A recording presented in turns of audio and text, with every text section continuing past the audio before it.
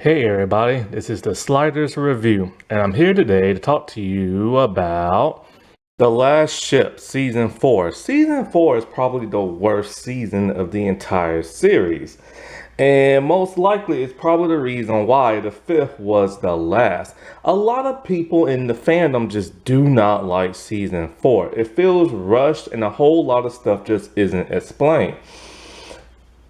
And not only that, but a lot of the characters kind of just disappear from the show or are just completely written off after like an injury, or they die off very fast and they was barely on the show. And it's really odd and insulting because this show was so good in the first three seasons. It's like I said, it should have ended in the third season. But they had to keep on going more and more. And once again, there is another virus. The red flu virus has now mutated to the red rust virus. It doesn't affect people, but it affects plant life. So, because of that, no vegetables and fruits are growing, which this is kind of a hint to last season. In season 3, towards the end, they said there's barely any food in America, not just in America, but around the world. And so people are starving. So you would assume that, like this season would have taken place in like America, see how they was going to deal with like, the low food shortage and stuff like that. Instead, they decided to go to the Mediterranean over in Greece, and that's where the entirety of the show takes place this season. And so they're looking for this MacGuffin, seeds, progenitor seeds and everything. And at first, you don't know exactly why they want these seeds because it's not really explained to a couple of episodes later. But it's a huge MacGuffin. And I'm just like, what is so special about these progenitor seeds and everything? And so it's just kind of odd. And then not only that, but then you have Tom Chandler, who is just so different in this season. Now, granted, the actor Eric Dane, he was going through depression at this time, so they had to halt production and work around that and stuff. Now, he's in every episode, so when you're dealing with your mental health, you got to deal with that. You know what I'm saying? So I totally understand it. But it's just like this season was just like so off and everything. Like Commander Garnett, the blonde-headed lady, she's not even in this season whatsoever. They don't even mention where she's at. And they introduce a new character with no real background, and she's just kind of there. And it's like Garrison, I don't whatever her name is, she is non-existent in this entire season. And two of the black dudes is like they get hurt and they get taken out for the entirety of the season, and one dies. And like I hate when they do that. They always want to kill off like black characters in this show. I'm just like, come on, man, leave some around. But one cool addition to this show is RoboCop himself, Peter Waller and everything. And he's kind of like this hippie scientist type dude. And I couldn't believe they got RoboCop. He even voiced Batman in a couple of the animated movies and stuff. But it's just like this was a very underwhelming season. Not to mention they added a kind of sci-fi trope type thing in here in the form of brainwashing, and I'm just kind of like, it kind of makes sense when they explain it, but not really. And it's just like going that sci-fi element. It was just a weird. Like, what was I don't understand what the writers were thinking, man. And because when it comes to this show, like I said before, like I really want to see what America is like in this new world order. We always get glimpses of it in other seasons, but in the third season we got a bigger glimpse. But you would have thought that after season 3 they would have spent more time in like America in season 4, because there's not that much food, and the government was so out of whack in the third season. Like, how do you pivot from that? Now, going into the Mediterranean was cool and everything, but that could have saved that for like another season or something. And it's like, I don't know, like, they tried to make up for, well, a lot of, like, gunslinging here and there, but it just didn't, like, help because everything else in the season felt flat. You have so many characters, and like I said in my third review of this show, in season three, they started to really not do character development no more. Like, they really don't. Like, your characters will be there, they'll say something, but they don't really do nothing. And you don't really get no further development with them. I will say, all the guys this season, the main part, they all have beards now. So I'm gonna get into a couple of character profiles real fast, and then I'm gonna get into like the basis of like this season. As far as Tom Chandler himself, he was really shocking and disappointing this season because at the end of season three, he resigned his commission and he left the military because he killed the Secretary of State when she tried to overthrow the government and everything. And she assassinated the former president. And so, like, he just pretty much went on sabbatical after that for 16 whole months. So a whole year and a couple of months have now passed. And he knows there's a food shortage in America, but he's not trying to help out. Instead, he takes his two kids and he moves all the way to Greece, not telling nobody. Nobody knows where he is, and they assume he's dead or something like that. But he's just been living in Greece.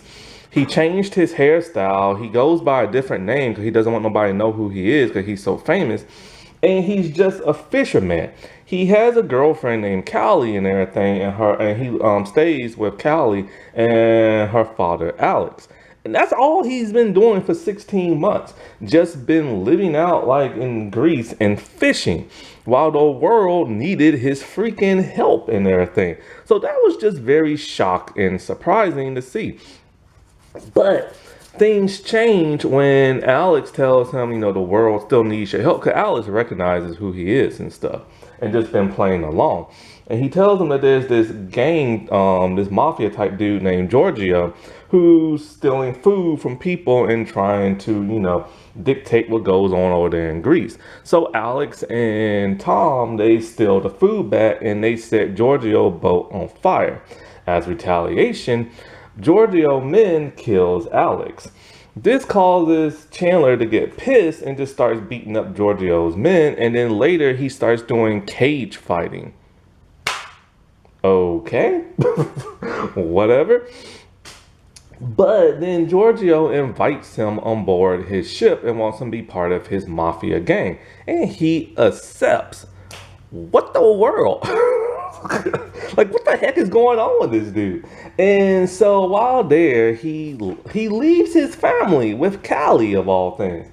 And so he later on hooks up with Giorgio's sister, Lucia. And so I'm all like, oh, you just forgot all about Callie and everything, huh? So, but then he starts seeing some suspicious stuff. So he steals Lucia's necklace and goes into like a hidden room. And he realized they're doing some weird, shady government type stuff. Somehow, Giorgio is tied into this one Algerian like terrorist group. And he crosses paths with the Nathan James. They're shocked and surprised to see him there. And of course, he goes back on board the Nathan James. Some people are excited to see him because they think of him as like a god, while other people on the ship are pissed off he deserted them and everything. He bumps heads with like Malin and everything, but it takes Master Chief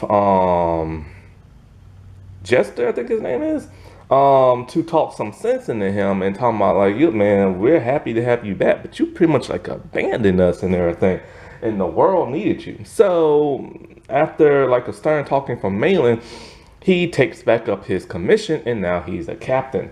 And now there are 3 captains on one naval ship. Okay. So now he's working to help get back the seas and this and that.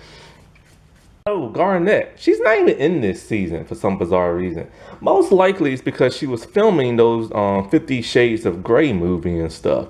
but there's no explanation as to why she's not on the show. Captain Malin, after losing his ship in season 3, he now works on the Nathan Jones. Even though he's a captain, he's technically just like the first officer and everything. So that's just kind of odd. But then he bumps heads with that of Chandler because, you know, Chandler left and he feels disrespected by that. And Chandler is still trying to boss everybody around, but he has no commission. So he makes him, like, you know, retake the oath and all this and that. And now those two are like just peachy keen or whatever. I'm like, huh? And I'm just like, where was the animosity after all that? But, you know, like, whatever. But after, even though he still is the first officer, Chandler acts more like a captain on this show, and then you have that Slantley act more like the first officer, and then you just have Malin act kind of like the second officer, kind of a first officer. It's weird because there are 3 captains on the ship. Cameron Burke. So in the first episode, this dude is literally taken out by a surprise attack. So they're at the U.S. Embassy in Spain, and that terrorist group I told you about sent in a little kid with an explosive attached to him. It blows up. He's in the path of it. He's hurt for the entirety of the season and just taken out. And he's just gone after that. Now, it could be the actor was probably filming something else, but he's also a professional slam ball player. But either way, I'm just like, dude, that took him out and he's gone. Like, Slattery got stabbed in the side, and the dude still made it the trek through like an entire town to get help and everything, get the seeds out. I don't understand this writing. Michael O'Connor. What have they done to this character? In season 3, he disappears and he reappears towards the end. And now he's back working on the Nathan James. He only has like a teeny tiny role in 1 episode. And then he dies in his second appearance. He dies in like the 6th episode, but he's only appeared in 2 of those 6 episodes and has only had a total of probably like 2 or 3 minutes of screen time. And so in the 6th episode, when this like refugee captain is trying to get the seeds out, he's on top because there's like a storm going on, right? So he's on top trying to fix the engine. And next thing you know, the dude comes in and just stabs him in the neck. He punches him a couple of times, but that's about it. And he dies on the ground as Chandler's looking over him, and he just cries out, "Captain," and then dies. I hate how they do the black characters on this freaking show, man. I really do. Now, it could be because he was on another show and doing some other stuff. I don't really know, you know. Danny doesn't do much but to shoot people up this season. Like, he's part of Delta Squad, and so, like, at the end of the season, he gets shot, like, really bad and gets taken out, but he don't do much of, like, nothing. Kara has left her desk job in season 3 and is back being a commander on, like, you know, the Nathan James. And that's it. Her and Danny are still going strong. That's it. Kathleen has now enlisted in the Navy, and she is a Halo gunner. And so her and Tom have a weird exchange because he tells her he's sorry that he never told her her father died. Remember, Tech was her father, and Tech helped save Tom's life at the end of the season 3. So after all that, he never told her, hey, look, you know, your dad's dead and everything. So she had to find out the hard way from somebody else. And he was Tech's commanding. Well, Tech was never really enlisted, but he was just helping out. But still, you know, it's like you think he would have like told her and stuff. But he doesn't. And she does hold some resentment towards him. But she says she doesn't like keep herself up at night, you know, and all this other stuff because he didn't want to come and apologize, but she still holds like resentment towards him. And so like being the whole like Halo gunner person, hello gunner, like she's not very good. Mostly we see her always loading stuff when she's on the ship, and when she finally gets to shoot the gun, she's missing a lot of targets like stormtrooper style. She hits a few, but that's about it. Then at some point, she has a relationship with Diaz that just comes out of the blue with no build up whatsoever. So it must have happened off screen. Don't get attached to her because in season 5 she just like disappears and everything. Grandison doesn't do nothing this season. I mean nothing. I mean nothing. She's just kind of there. She probably only has 2 or 3 things to say. This is the only season, however, that hints that she is a lesbian when she gets hit on by another woman. And that's all she does. She's literally in the show, but she doesn't do or really say nothing. Now, it could be because the actors were probably filming something else. I don't really know. Carlton Burke is really pissed off after his brother is taken out. And because of that, he doesn't trust foreigners no more. When they get to the refugee ship, those foreigners come from all around the world. Because now in the New World Order, everybody's just split up everywhere. And he's treating them like crap. And I mean like crap. And he's too aggressive with them when he's trying to get them on board and everything. And everybody can see this, but they're not trying to do nothing to stop him.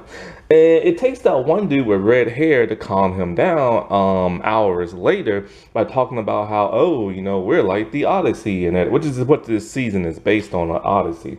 And he's like, we're like the Odyssey and everything. And so that calms him down somehow. And I don't know. This season's weirdly written and stuff. I can't say her first name. Azizma Candy. She's a Kenyan officer now working on the Nathan James. And she's played by that of Jodie Turner-Smith. And so she should play Storm in the MCU. She's currently on Star Wars The Acolyte, and she does a better like job acting on that show than she does on this one. I don't know what it was, because she's like a former model turned actress, but she's better now. And so she should play Storm, man. But anyways, her character is an extreme mystery. There's no backstory really with her. There's no real character development. Wolf is her love interest throughout the entire season, where he likes her and hits on her, but she just blows him off and she flirts with Garrison. And Garrison likes that, but nothing becomes of that after that. So she keeps playing hard to get with him. And eventually she thinks that he's no longer interested until he gets hit by an explosion. He almost dies and she's all worried. He's all like, you do care about me. Oh no, because she was blowing him off, that's right. But anyway, when she has to infiltrate Giorgio's place, she strips down to her underwear, pretending to be like a beachgoer. And it helps trick him into getting the rest of the team inside his house and taking him hostage. So they can do like a down-low uplink. Other than that, there's no character development with her or even Wolf. Wolf, how does this dude not fight in the cage? Like, so all season he's just been looking at like, you know, Candy and everything. And so when they finally infiltrate the island that has like all those like people in the cage fight, they've already been like drugged. So they're docile and everything. So we don't get to see him fight none of them. But he beats up a few guards, but that's about it. This dude is a legit martial artist in real life. How do you not have him be the one do the cage fighting stuff instead of like Tom and everything?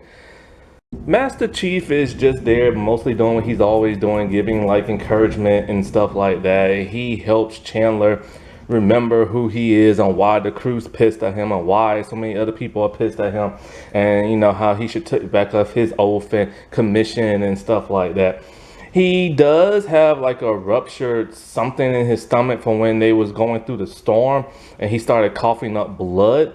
But like, you know, he is able to get some download from like Giorgio's place onto the ship long enough, you know, when Omar people are shooting up. I forget the redhead dude's name, but he just helps Carlton, like, you know, not stop hating like refugees and foreign people and stuff. There's a new dude on the show who flies the helicopter. That's all he basically does, is just fly it. I think his code name is Sunshine. He has like a hula girl bobble thing, like on like, you know, on the deck. So that's about it. He gets shot up and like, you know, is able to like, you know, land the plane in the water.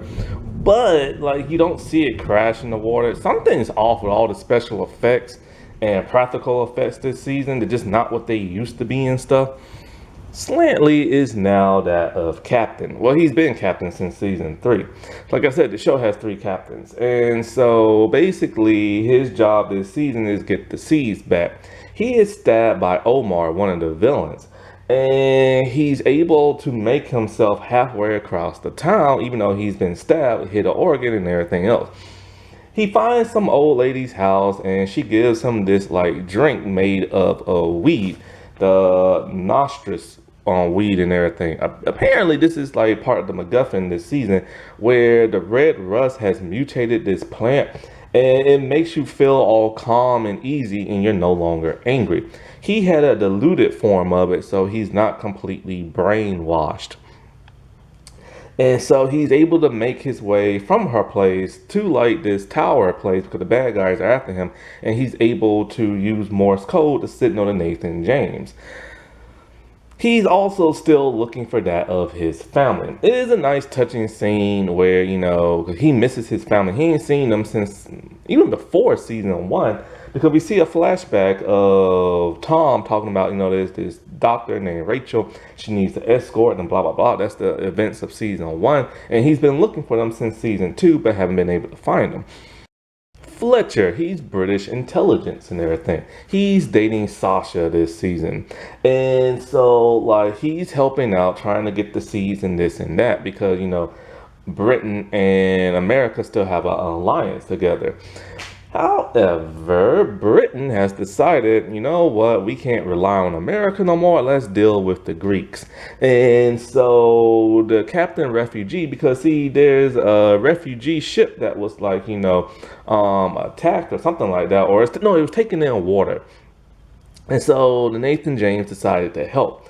And so there's a captain on board who's actually works for the British, and he gives Fletcher some orders that, you know what, we're done with America, we're working with the Greeks, we need to steal these seas. So both him and the refugee captain Fletcher start killing people on the ship to get the seas out. The captain dies, and like, you know, whatchamacallem, and Fletcher gets away with the seas. And which pisses off Sasha and everything, because she really loved that dude. And so when he's working with the villains this season, he realizes that the villains are not actually the people he thought he should be working with, because they're trying to brainwash and mind control people. So he tries to redeem himself by telling Nathan James and trying to help out this one like Greek officer. But he's already brainwashed and he kills this dude. Anyway, he's shot by Giorgio. Sasha is pretty much there. She's the only person who's really allowed to talk down to Tom Chandler. Like, nobody else dares to, really. And so, because, you know, they had like a relationship in the past. Like I said, she dated Fletcher, but like he betrays her and she turns very angry after this. Oh, the guy from season 1 who was like a cook or a chef or whatever, he's back for like a minute and that's it. Omar is an Algerian terrorist who is looking for the seeds. When he is looking for them along with the Nathan James, he stumbles upon a man named Zedman. Zedman is the only person who has these seeds. The seeds come from Africa, a palm tree, and they're like this ancient tree in these ancient seeds, and they're the only plant life that can survive the red rust. This is what everybody wants their hands on, to see how in the world these seeds, you know, like didn't become tainted and the tree didn't become tainted, and like how they're gonna restore life with vegetables and fruits and stuff like that. So his grandmother has them. And so Omar kills that of like, you know, Zedman and the grandmother. He gets the seeds and he tangles with that of the Nathan Jones. He is Giorgio's contact. And Giorgio shoots him in the back, betraying him because he didn't want to pay him and stuff, and he wanted the seeds. He was going to shoot him in the head, but Giorgio's sister called and he just left. Well, it turns out he was wearing a vest, so now he's pissed and after Giorgio. He storms Giorgio's place, and Nathan James is there trying to get a download of what Giorgio's like father is doing. He loses his life. Now, he was a part of the attack on the U.S. Embassy, and that would cause Bert to be pissed, and Bert blew his behind up. So, our main villains this season are that of the Varick family. You have Paul Varick, who's played by that of RoboCop himself, Peter Waller. You have Giorgio, who is played by White Sokka and everything from the last Airbender movie. A terrible movie. And then you have Lucia, his daughter, and you have Christos, his younger son. And so basically, they are the ones looking for these seeds to restore things. That Peter is that of a scientist and is trying to figure out how to save the world.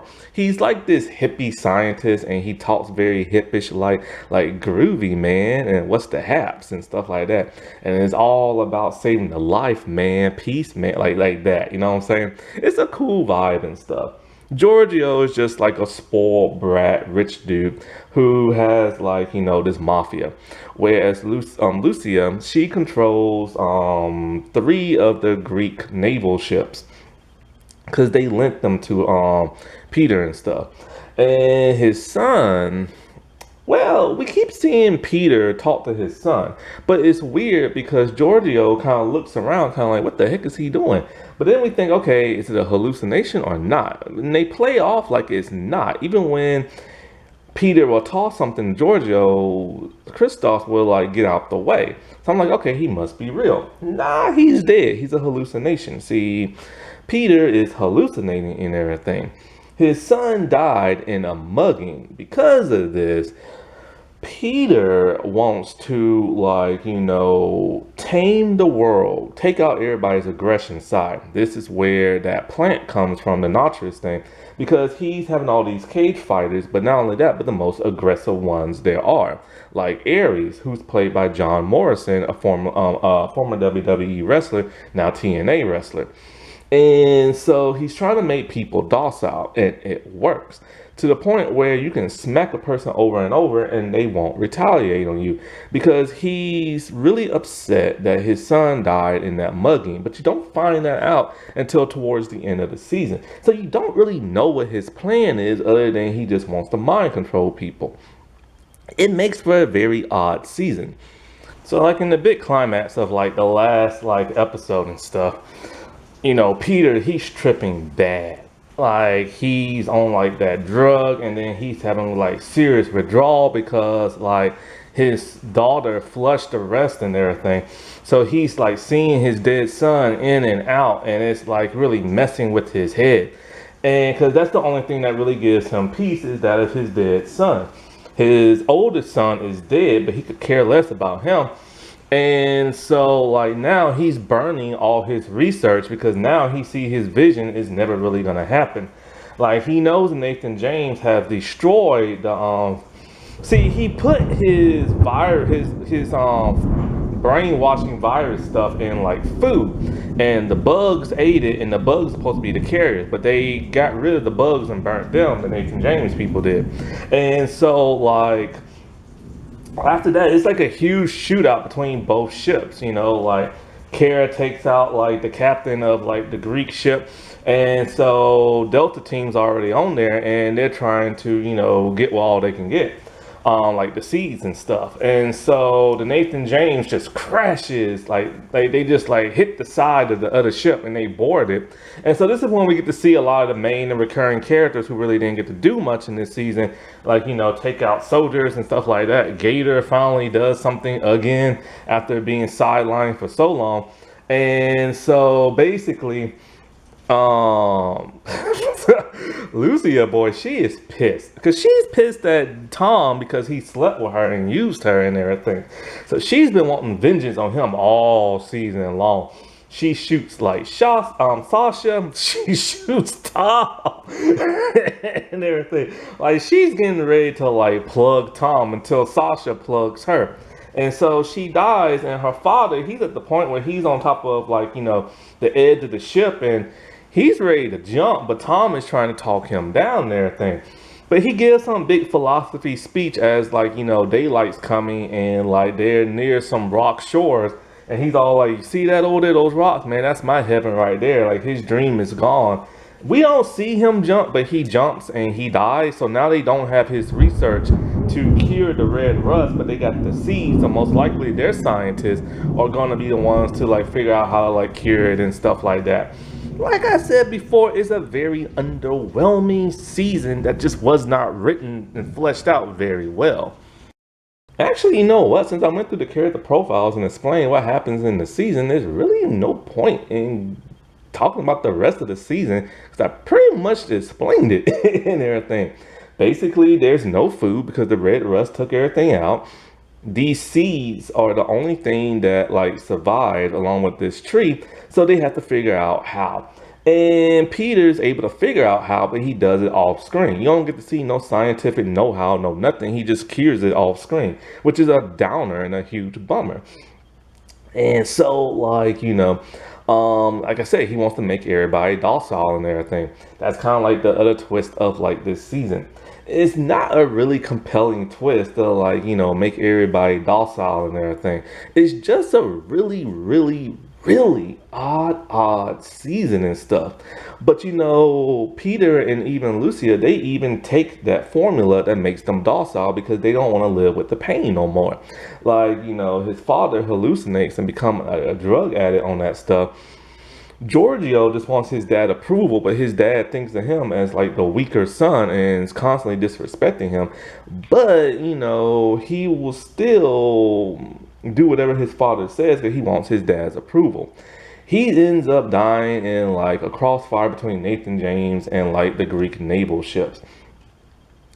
And it's just like, I don't know, man, this season just did not hit none of the marks really strong. It was just a huge bust of a season, and it's one of those seasons you can kind of just skip. I mean, if you're curious, you can watch it, but this is a very skippable season. And it's just odd because it's like, the last ship is so much better than what this season had to offer and stuff. Alrighty, well, I'll talk to y'all later. Bye.